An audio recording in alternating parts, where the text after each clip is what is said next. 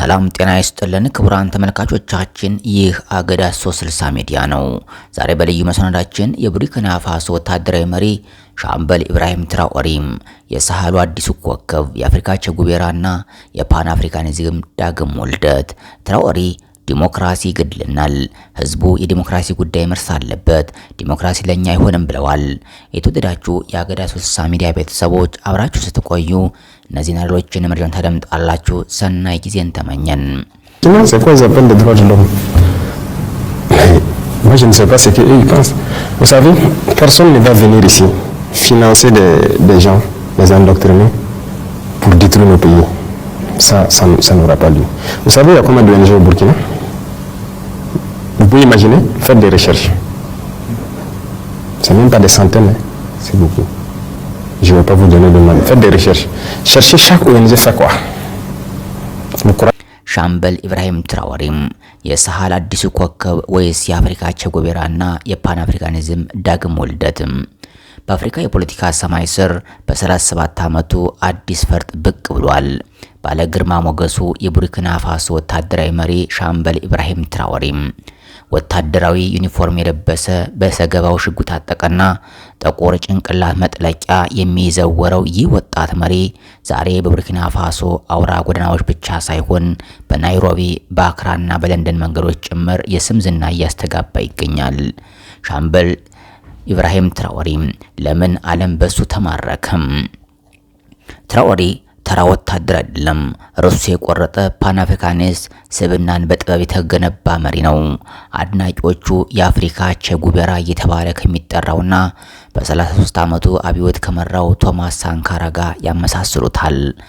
የኮንትሮል ሪስክ ተመራማሪዋ ቤቨለሪ ኦቺንግ እንደምትለው የትራኦሬ ተጽዕኖ ድንበር ዘለል ነው። የትራኦሬ ተጽዕኖ ድንበር ዘለል ነው። እንደ ኬንያ ባሉ ሀገራት ፖለቲከኞች እንኳ ሰውየው እሱ ነው ሲሉ ይሰማሉ። ይህ ሆነበት ምክንያት ቀላል ነው። ትራኦሬ አፍሪካውያን ለዘመናት በልባቸው አምቀው የያዙትን ጥያቄ በአደባባይ አውጥተውታል።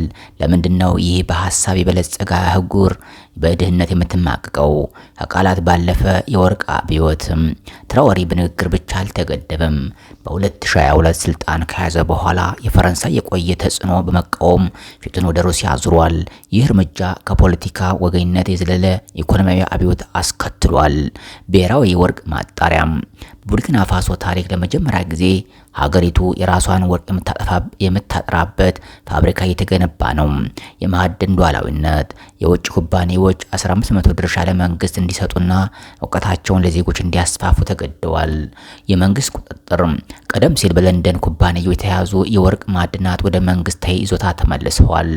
ምንም እንኳን IMF እና የዓለም ባንክ የቡርኪና ፋሶ ኢኮኖሚ ጠንካራ ሆኖ እንደሚቀጥልና ድህነት በሁሉ ነጥብ በቀነሱም ቢመሰክሩም ምዕራባውያን ግን እርምጃው ኢንቨስትመንት ያጠፋል በሚል ተቹታል። ማህበራዊ ሚዲያና የዲጂታል ዝናው ትራኦሬ የዘመኑን ቴክኖሎጂ በሚገባ ተጠቅሞበታል። ምንም እንኳን በእውነት ባይሆንም እንደ ሪሃና፣ ቢዮንሴና ጀስቲን ቢበር ያሉ የሙዚቃ ኮከቦች በሰው ሰራሽ አስተውሎት AI በተቀነባበሩ ቪዲዮዎች ሲያሞግሱት ታይተዋል።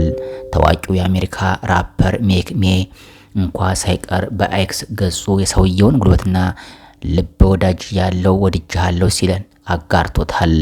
እንደ አውሮፓውያን ቁጥር በ2023 በሩሲያ አፍሪካ ጉባኤ ላይ ያደረገው ንግግር ታሪካዊ ነበር።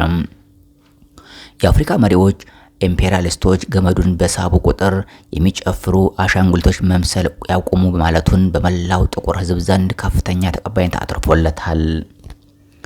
ፈተናዎችና ተቃራኒዎች ዲሞክራሲ ይገድላል። ይሁን እንጂ የትራኦሬ ጉዞ በጽጌረዳ አበባ ብቻ የተሞላ አይደለም። በዝናው ማዶ ያሉ ጥቁር ነጥቦችም ጥቂት አይደሉም።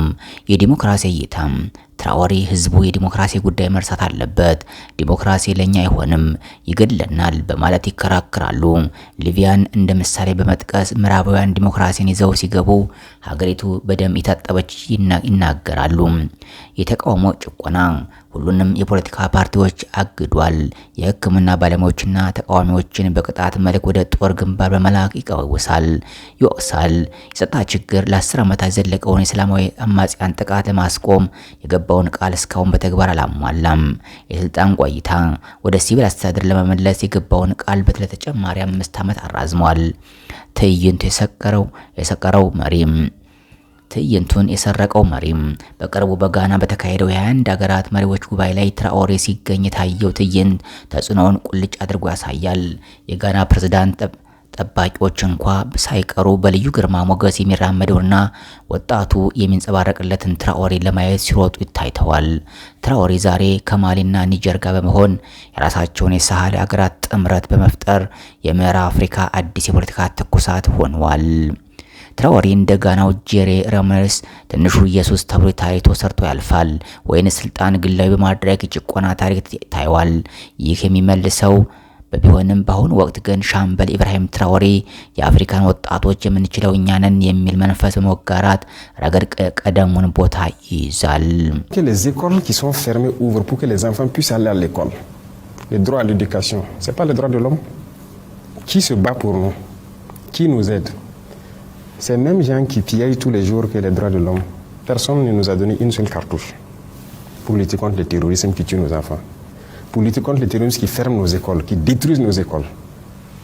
Ça veut dire que les terroristes luttent contre les droits de l'homme, nous on lutte pour les droits de l'homme et eux ils encouragent.